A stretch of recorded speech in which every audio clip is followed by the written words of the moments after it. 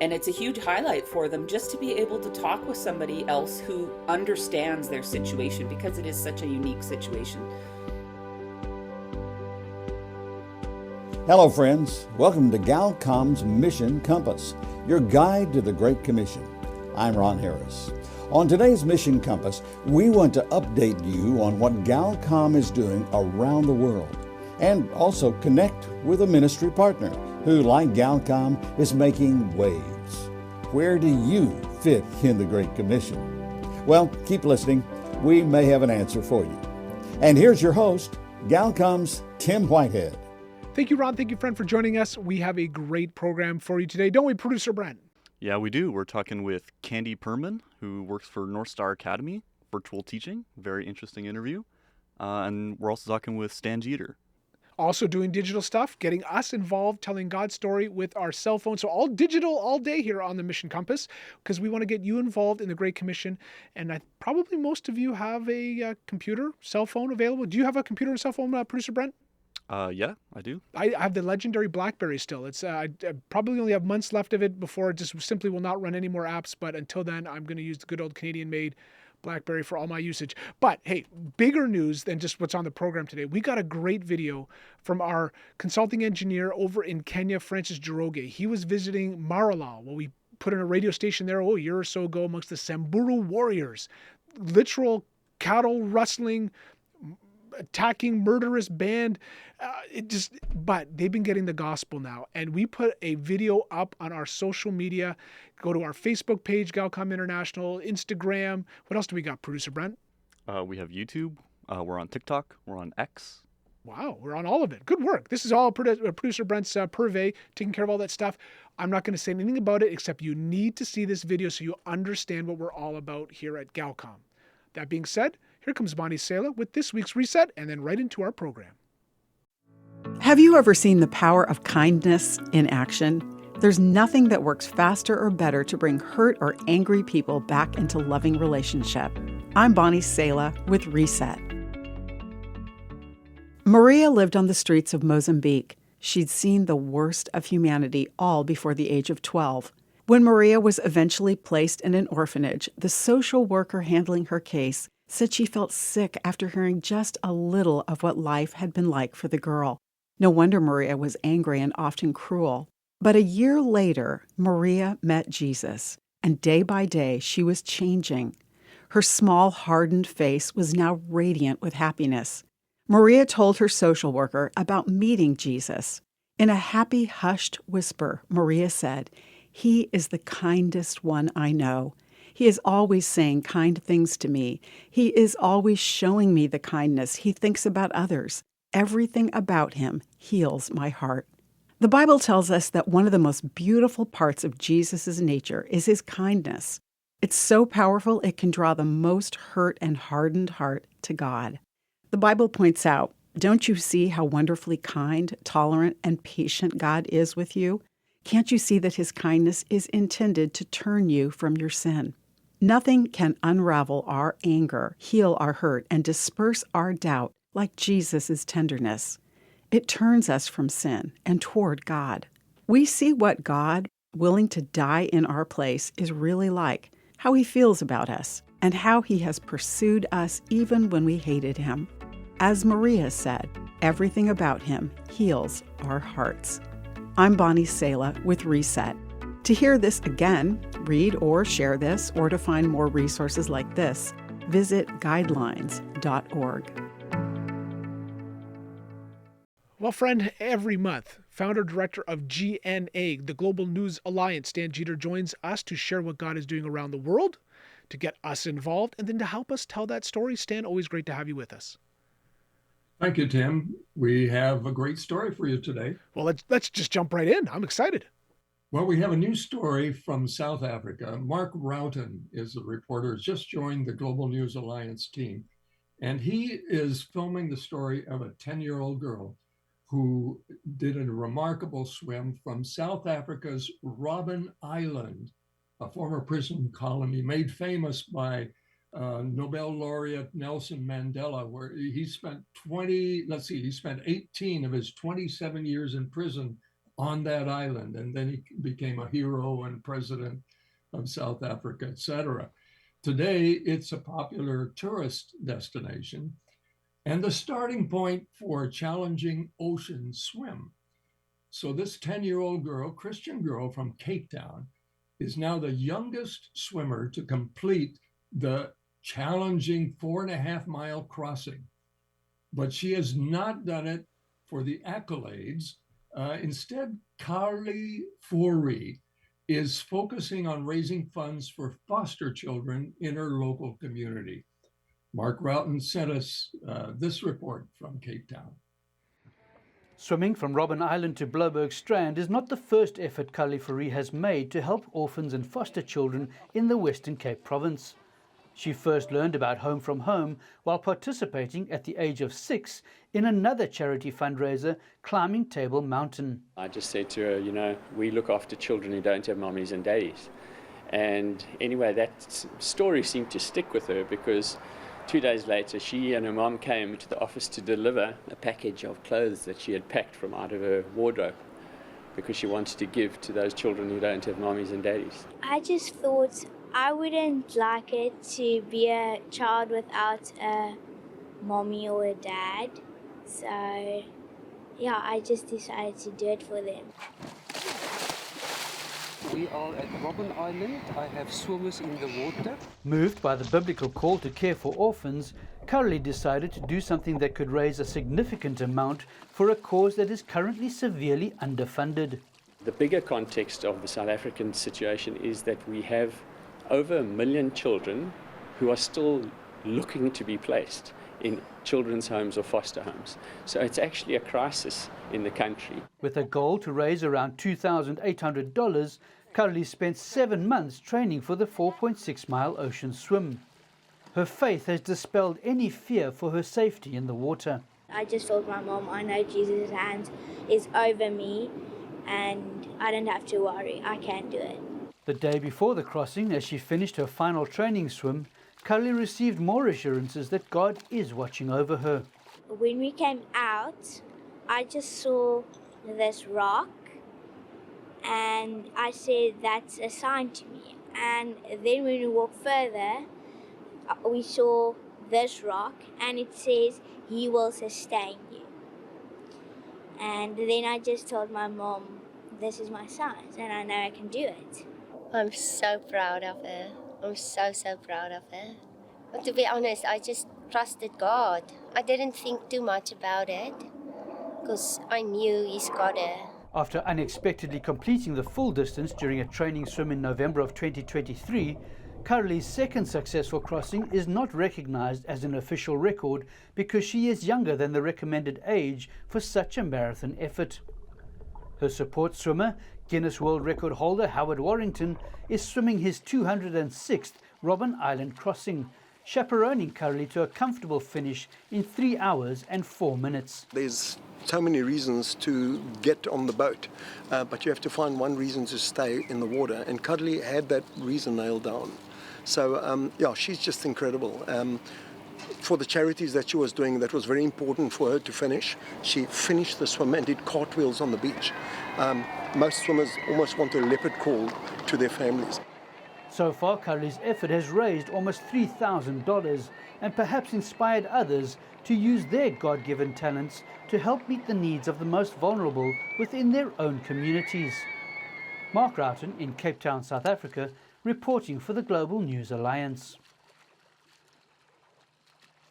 Absolutely remarkable. Friends, to see the videos, to see the stones that she has, gna.news, you can see the video of that story as well.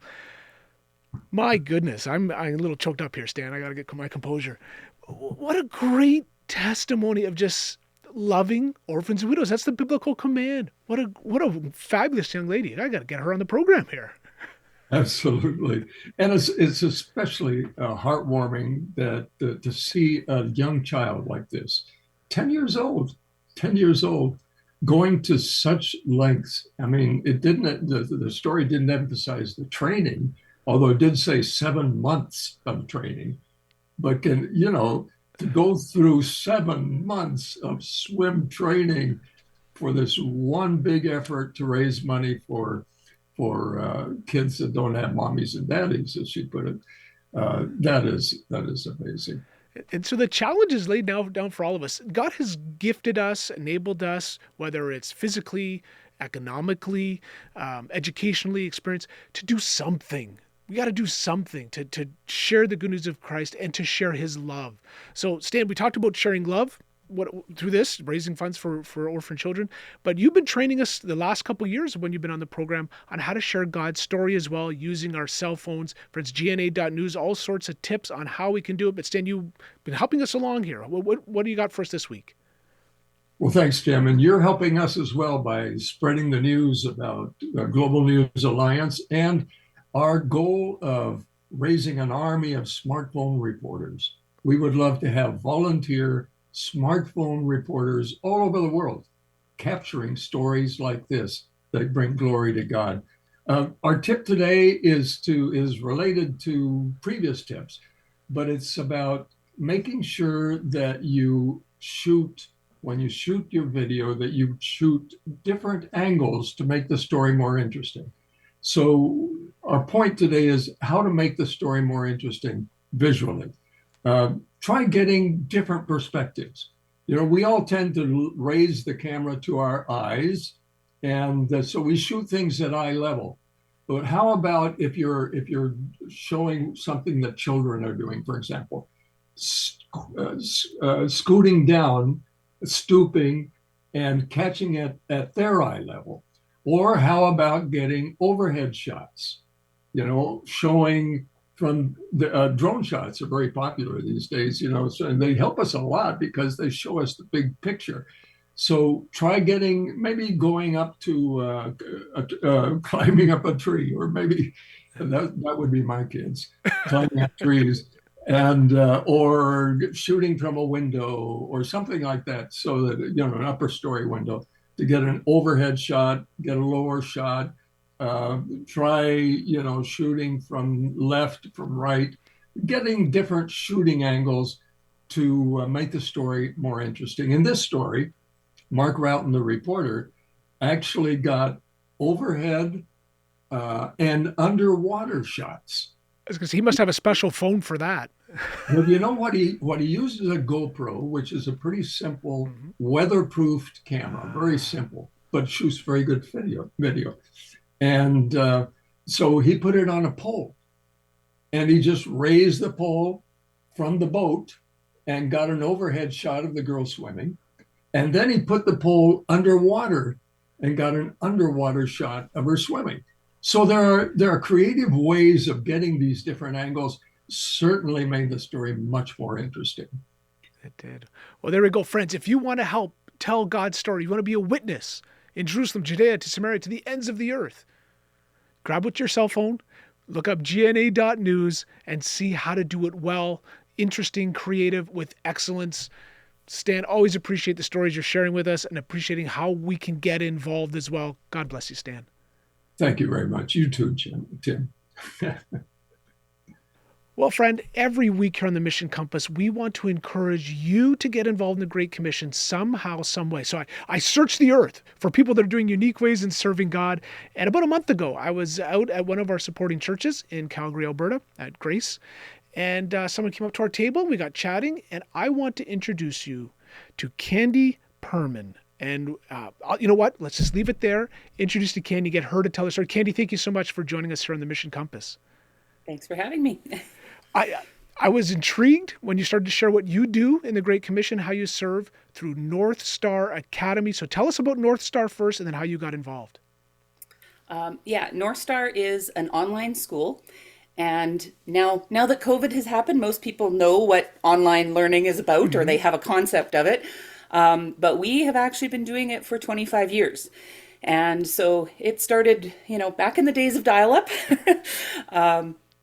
But I am a teacher, trained to be a teacher, and I grew up partly overseas. I lived overseas as a kid and always felt like I would end up teaching overseas or end up working overseas in some capacity. And as often happens with God, you have no idea what plans he has for you. And it never crossed my mind that I would be teaching in 45 different countries at once. But that's what I'm doing with Northstar.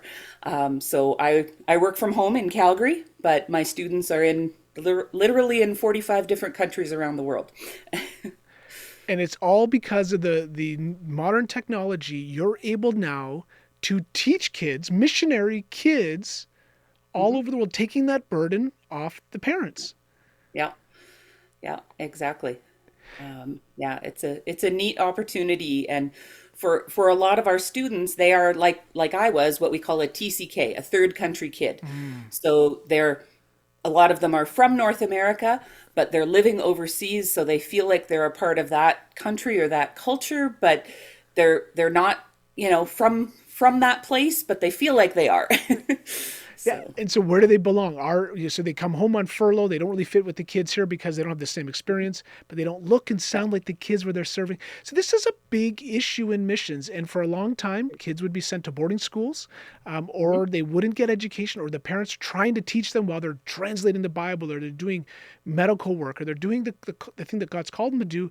And what do you do with the kids? And so I think this is wonderful that you're coming alongside parents, people that have been called to the Great Commission, that have families, and how do we school our kids in a professional way so our kids get a full education, accredited education, and of course then, as you mentioned, third culture kids, there's a bunch of stuff going on there with them socially, mentally. So tell us a little bit more about Northstar. What's the curriculum you use? How do you get in touch with parents? We use the U.S. curriculum. It is based in South Haven, Mississippi, is where the head office is.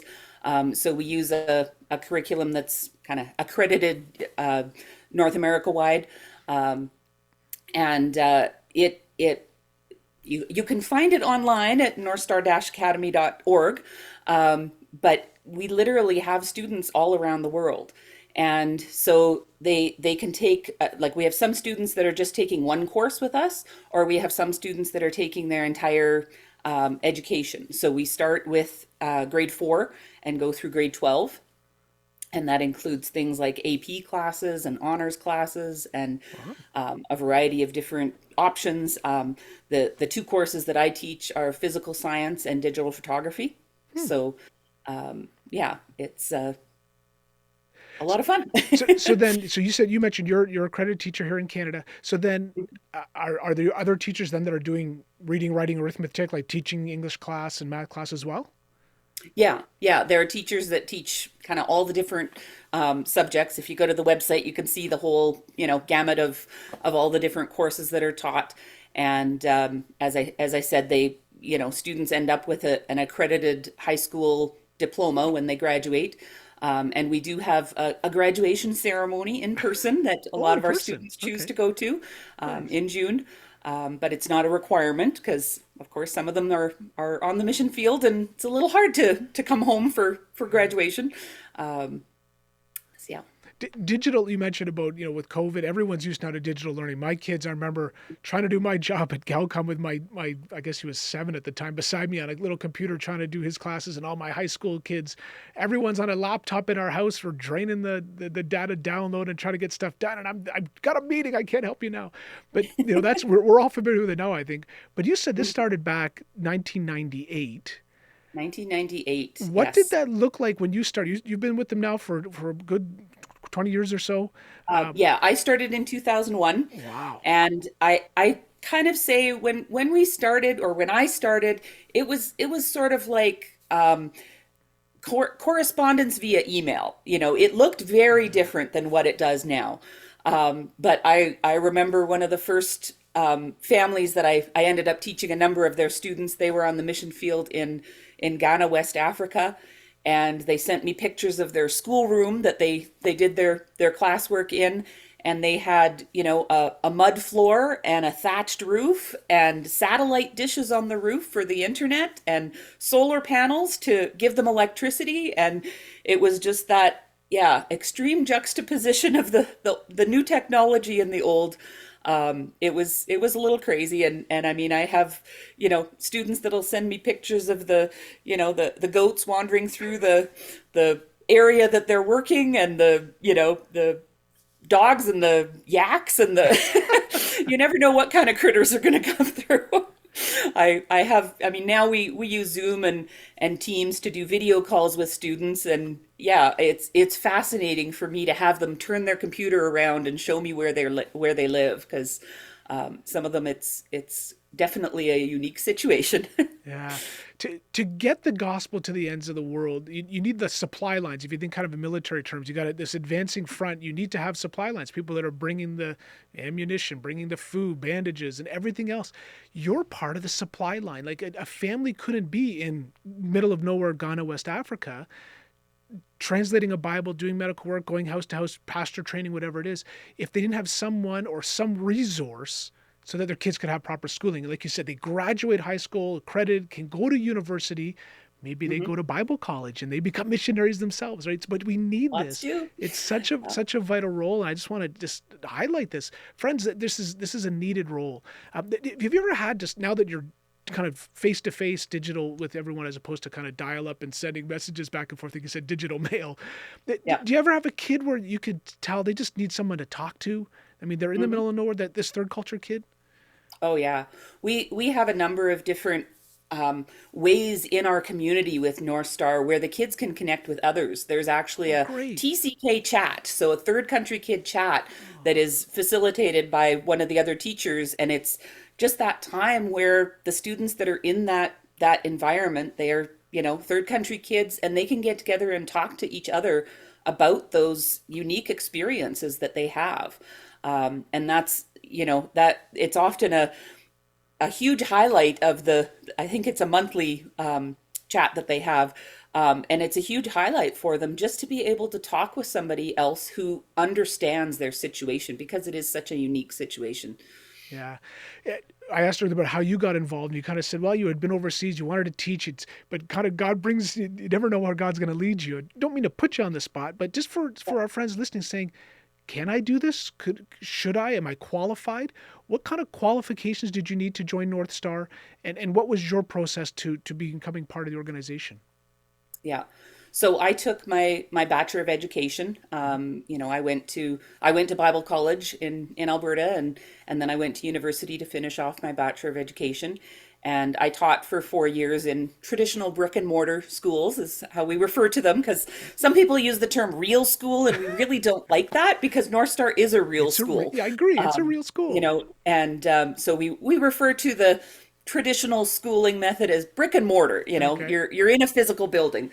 But I ended up meeting the person who started Northstar at a homeschooling conference, and it was one of those God ordained meetings. I definitely think that God just brought us together, because I was in a place of being interested in online learning, and he was needing another teacher, and it was just kind of the right timing.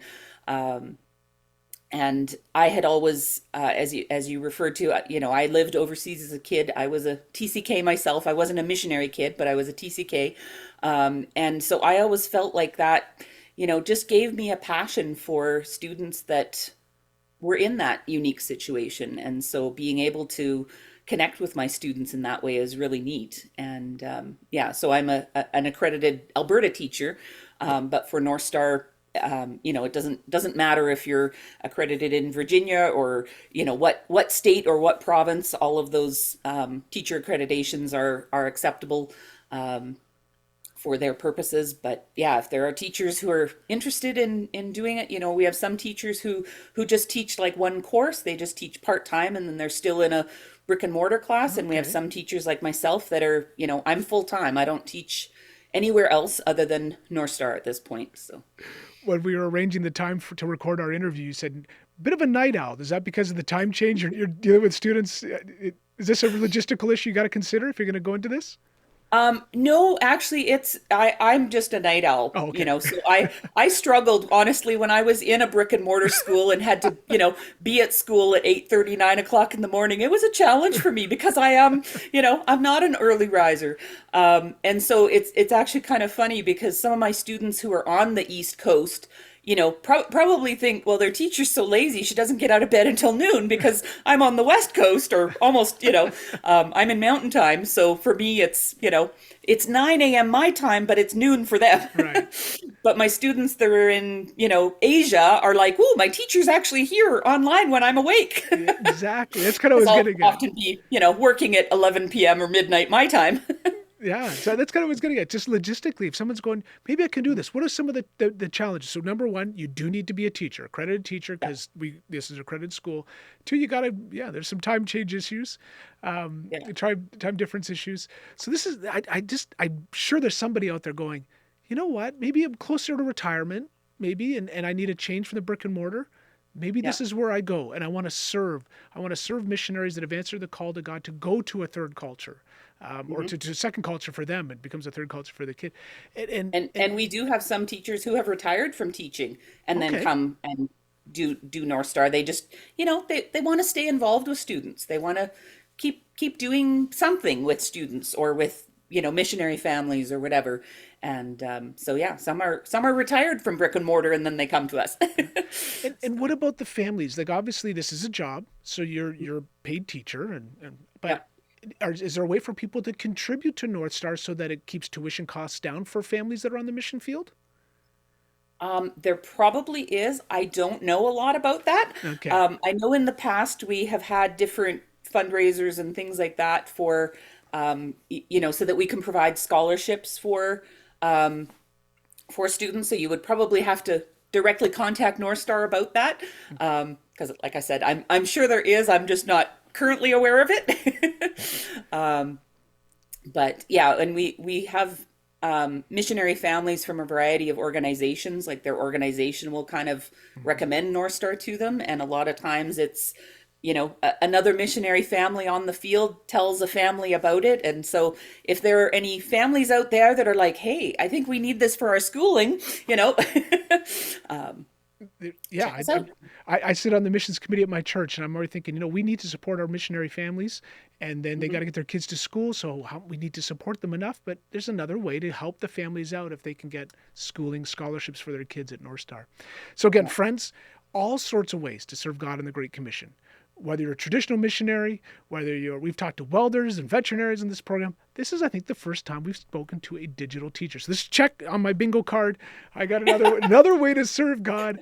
Kandi, really appreciate you sharing a little bit of your story, giving us a bit of a picture of what it takes for a missionary family to have kids to get their education and what it takes for us to give it to them. So I really honor you and thank you for the way you're serving missionary families in this way. And we just pray God's richest blessing on you. And friends, if you want to get involved, if you're a teacher, trying to figure out how do I serve, Northstar-Academy.org. Northstar-Academy.org. All the information is there on how you can be part of this community, how you can be part of this wonderful community serving missionaries around the world. God bless you, Kandi. Thank you. Well, friend, we're at the end of our program today, and you've been listening to Galcom's Mission Compass, your guide to the Great Commission. We really appreciate you joining us and would like to send you a special gift. Contact us to receive your free copy of our devotional 30 Days of Faith. Visit galcom.org and click Mission Compass. Fill in your contact info and we'll mail a gift out to you right away. If you enjoyed today's program, you can listen again at galcom.org or on your favorite streaming platform. Make sure to subscribe, follow, and share. There are many ways to partner with us, and to find out more, visit our website at galcom.org. That's Galcom, spelled GALCOM.org. You can also follow us on Facebook, Instagram, LinkedIn, and YouTube. I'm Ron Harris. Thanks for joining us today on Mission Compass, a radio ministry of Galcom International.